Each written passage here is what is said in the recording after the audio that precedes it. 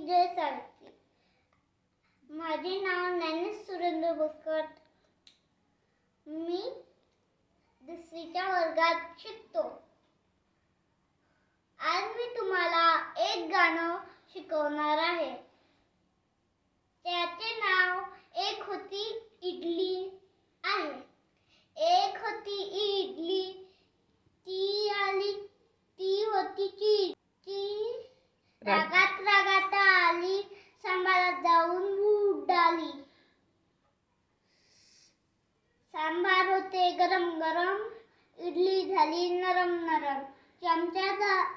चमचा आला खुशीत, जाऊन बसला बशीत.